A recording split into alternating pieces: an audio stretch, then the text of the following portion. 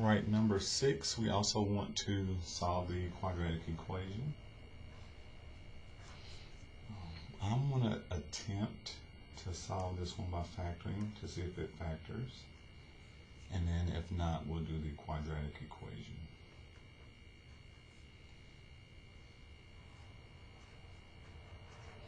Alright, so to solve by factoring, we're going to multiply the first and the constant term, the leading coefficient, which is 9, and 2. That will give us 18. We're going to write the factors of 18. We're looking for two numbers that when we multiply give us 18, but when we subtract we get this middle number 5. This second sign tells us whether to add or subtract.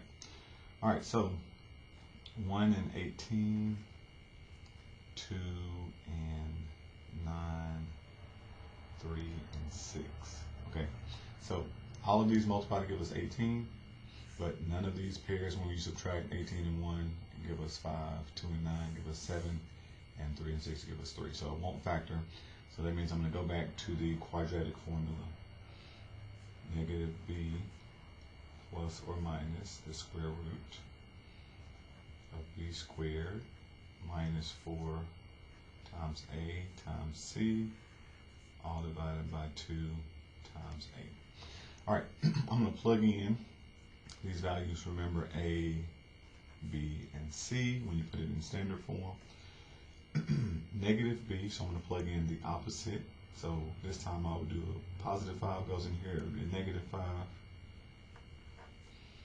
plus or minus the square root of 5 squared minus 4 times a, which is 9, times c, which is negative 2, all over 2 times a, so 2 times 9. So I pulled up my little graphing calculator this time. I'm going to use that to evaluate all of this part under the square root. And again, of course, you can do it by hand, but just to speed up the process. Minus 4, it's 9, it's negative 2.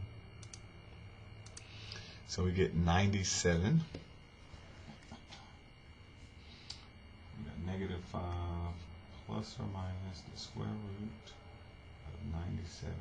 Now I know that one's not a perfect square over 18. So I think, yeah, they might allow us just to leave it like so, because I do see plus or minus. So since I can't do a perfect square, I don't even think that will reduce. It looks like it's a prime. So I'm going to leave it in that form and just type in my solution set just like it is. I'm going to make a fraction bar. I'm going to do negative 5. I'm going to hit this plus or minus button. And then we're going to do square root of 97. And that's all going to be divided by 18. Okay, got a green check. We're good. 7 says evaluate the expression for the given values of the variable. And so we want to find negative b divided by 2a, and it tells us b is 3 and a is negative 4. So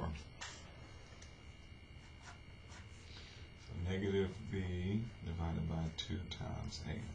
So we're going to plug in 3, so we have a negative 3, and then 2a, 2 times negative 4. That's going to give us negative 3 over negative 8. Negative divided by negative is a positive, so we just get a positive 3 divided by 8.